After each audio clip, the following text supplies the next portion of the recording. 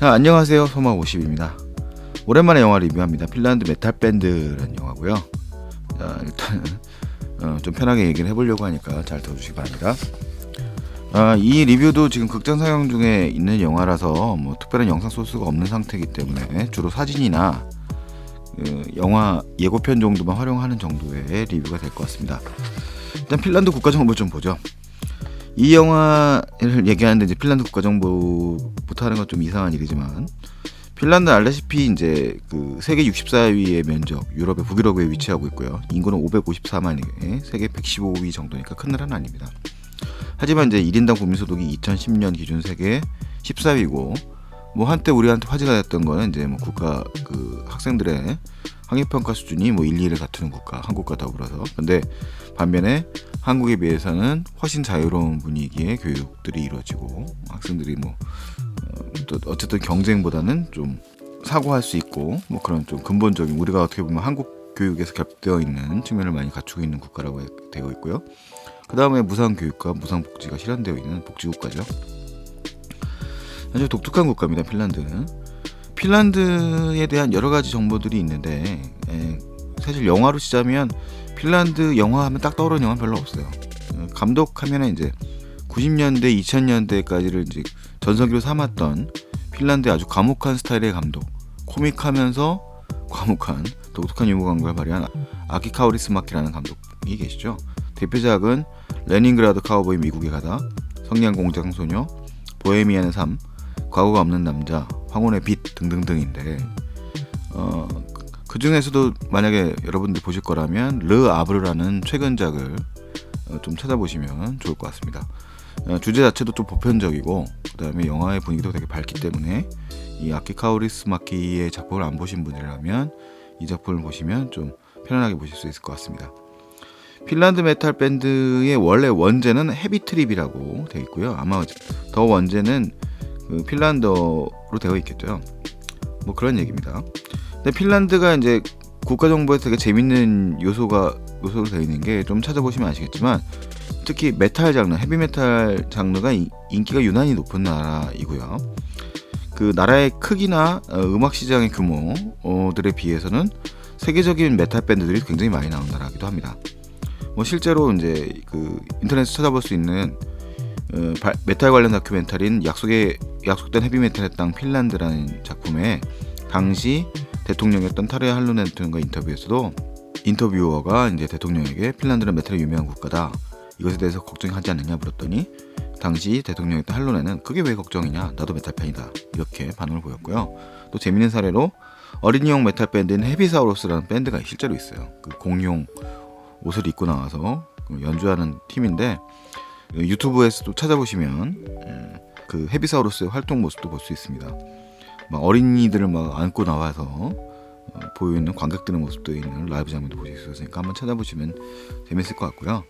그 다음에 이제 아주 익스트림한 메탈들도 굉장히 많이 발달되어 있는 나라입니다. 아까 뭐 우리나라에 그 뭐 메탈에 관심 없는 분들이야 잘 모르시겠지만, 세계 이제 메탈 페스트라든가 락 페스티벌을 좀 다니는 유명한 밴드들도 굉장히 많아요. 그래서 뭐 아주 옛날 밴드는 이제 글램 메탈의 계열에 해당되는 하노이 락스 같은 팀도 있는데, 현재도 활동하는, 작년에 이제 강원 락 페스티벌에도 왔던 스트라토바리우스가 아주 대표적인 팀이고요. 파워메탈 계열로는 그 외에도 뭐 소나타 아크티카라든가 타로 같은 밴드들이 또 있습니다. 그 외에 또 멜로딕 데스메탈 계열로는 칠드런 오브 보돔이라는 팀도 있고요. 그 보드카라는 노래로 아주 유명한 포크메탈 밴드 코피클라니도 있습니다.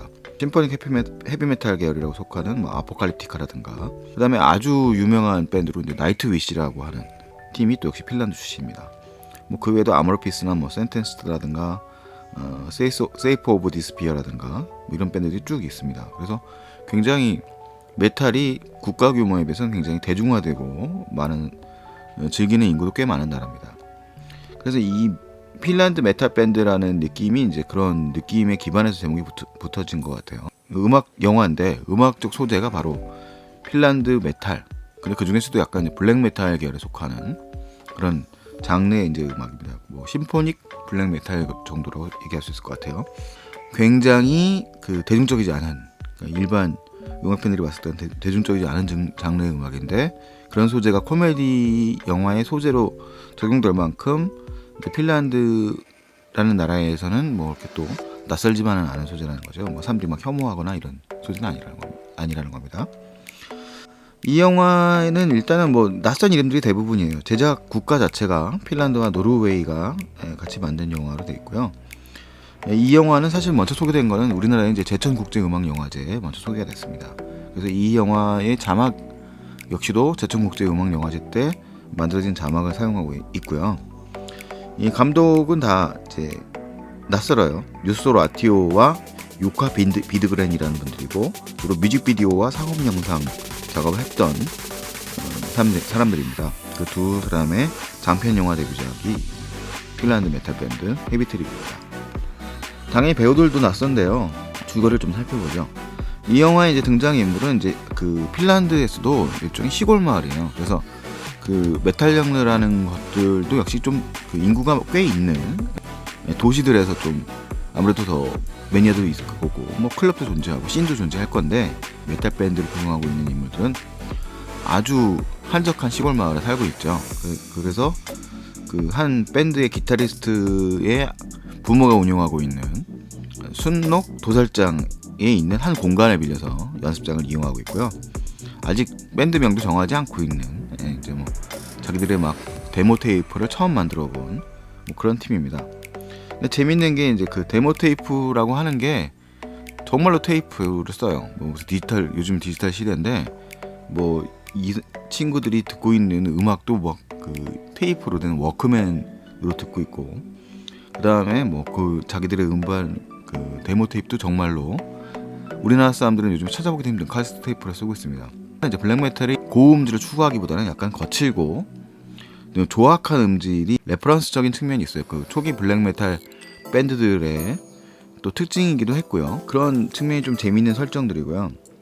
영화의 이제 첫 장면은 그 프로라는 친구가 이제 걸어 다니고 있는 이 친구 차도 없거든요. 그냥 그 자전거 타고 다니는데, 지나갈 때 너 호모다 막 이런 욕을 들어요. 그러니까 이유는 간단하죠. 뭐 대단한 이유가 아니라 머리가 기니까요. 이 친구는 사실 이제 그 뭐 정신병원에 이제 일종의 잡역부 같은 일을 하고 있는 그런 일을 하고 있는 친구고, 그 다음에 이제 나머지 그 밴드 구성원들은 어떤 기타 치는 친구는 도살장 집안의 아들내미고요. 그 다음에 드러머인 친구는 이제 뭐 특별하게 일을 하고 있는 것 같지 않은데, 그냥 그 약간 병이 있는 친구예요. 자꾸 기절을 한다거나 뭐 죽을 뻔한 고비를 넘기도 했던 친구고, 그다음 베이스 치는 친구는 도서관에서 그 음반 대여 이런 것들을 해주는데, 그 북유럽에서는 도서관에 있는 음반들도 보유하고 있나봐요. 영화의 나레이션에 의하면 그 북유럽에서 가장 많은 메탈 CD를 보유하고 있다고 합니다.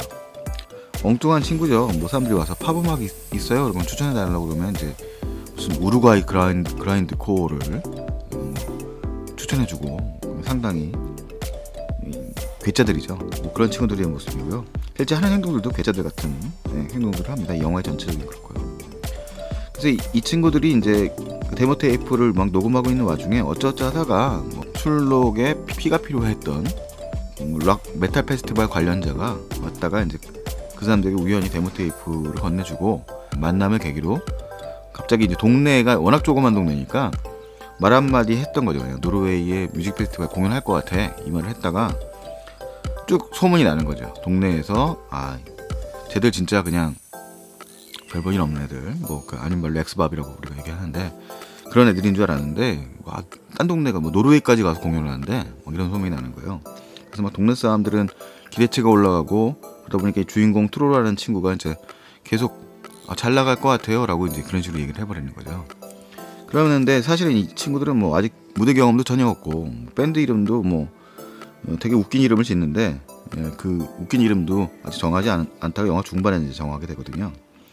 하여튼 그러면서 이제 얘기가 전개가 됩니다. 그래서 말하자면 라이징 스타 비슷하게 되다가 문제가 좀 있거든요. 뭐 그 문제가 이제 공연 중에 또 벌어지고, 사실 또 폭로가 되고, 그러다가 사건이 나고 뭐 사고가 나고, 그럼에도 불구하고 이제 다시 여행을 떠나게 되고, 뭐 그런 얘기들이 이제 쭉 이어집니다. 그래서 이 영화는 장르적으로 얘기하자면 그냥 그 바보 코미디 같은 영화예요. 그러니까 캐릭터들 자체가 어떻게 보면 북유럽이라는 사회가 이제 되게 개인주의가 발달되어 있다 보니까 그 독특한 사고들을 가지고 행동하는 친구들이 많이 있는데, 이 친구들 역시도 그렇거든요. 그냥 되게 음악만 알고 뭐 자기들만의 세계만 있고 그래서 적응을 못하고 어떻게 있는 일종의 그런 친구들이고, 뭐 주변 사람들은 뭐 얘들을 갖다가 특별하게 뭐 괴롭힌다기보다는 그냥 그런 애들이구나 이렇게 생각하고 있는 동네인 거죠.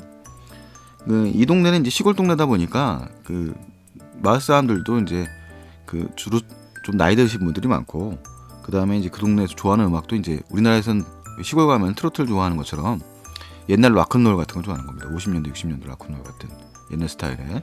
이 동네 잘 나가는 이제 바람둥이 동네 가수는 그런 음악을 그 연주하는 친구고, 그 동네에서 아주 빡센, 아주 거칠고 막 그로울링이 가득 차고 있는 막 그런 어둡고 그런 블랙메탈을 하는 사람들은 관심 받기도 어렵고 뭐 그런 거죠. 아무리 핀란드가 메탈의 동네라고 하더라도 또 얘들이 또 연주를 제대로 보여주지도 못합니다. 그러니까 이 자기들만의 이제 문제가 있기 때문에.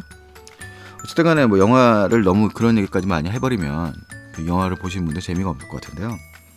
재미있는 측면은 이 영화 속에 이제 등장하는 친구들이 모두 그런 친구들인데 막 깔깔거리거나 이러잖아요. 그러니까 북유럽 특유의 그 되게 과묵하게 그냥 해버리는, 그러니까 막 무표정하게 그냥 사건을 저질러 버리는 뭐 그런 행동들을 합니다.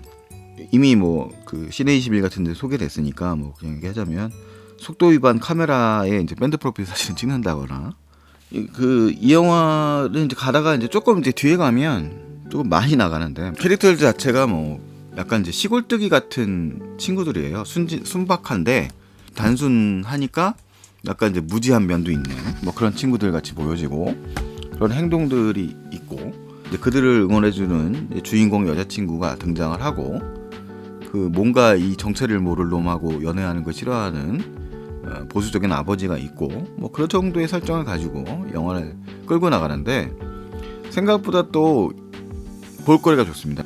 되게 핀란드와 노르웨이의 아름다운 자연환경이 막 보여져요. 되게 장엄하게 보여져 있는.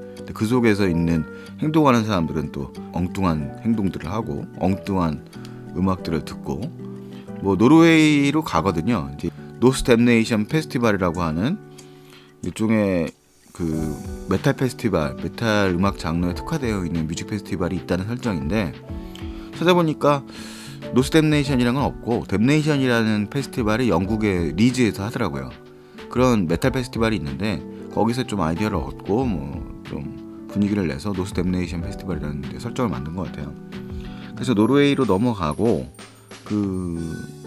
그러면서 이제 그 와중에 노르웨이의 뭐 국경 수비대도 만나고 뭐 이런 얘기가 나옵니다. 근데 그 캐릭터들 자체가 좀 다 약간씩은 좀 과장되어 있는 측면인데 그렇게 부담은 가지 않습니다. 영화가 워낙 뭐 그런 식의 농담들이 이제 익숙해진 시점에서 좀 과장된 뒷부분의 이야기를 나가기 때문에 나쁘지 않고요.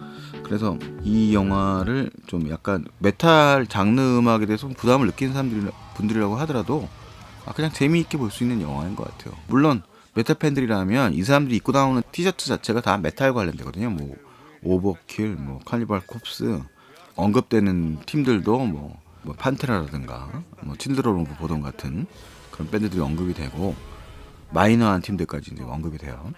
그래서 약간 이제 메탈 팬들이라면 좀 더 그 유머 코드가 더 많이 있습니다만 일반 팬들도 뭐 충분히 즐길 만한 내용 같아요.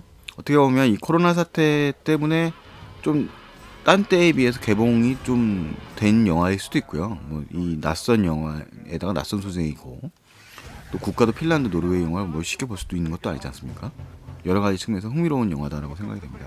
그래서 이 영화는 뭐 이렇게 아주 대단한 영화라고 말할 수는 없습니다만 아주 소소하고 즐거운 북유럽식 유머를 편안하게 즐길 수 있는 독특한 음악 영화이자 코미디 영화라고 말할 수 있을 것 같고요. 나름대로 뭐 평도 나쁘지 않은 영화니까 좀 웃을 일 없는 요즘 극장가에서 이런 독특한 영화도 있구나라고 해서 만나볼 수 있는 영화가 아닐까 싶습니다. 메탈 팬들이라면 더 즐거우실 거예요. 핀란드 메탈 밴드에 대한 제 간단한 소감이었고요. 다음에 또 다른 리뷰 전해드리도록 하겠습니다. 이상 소망 50이었습니다. 안녕히 계세요.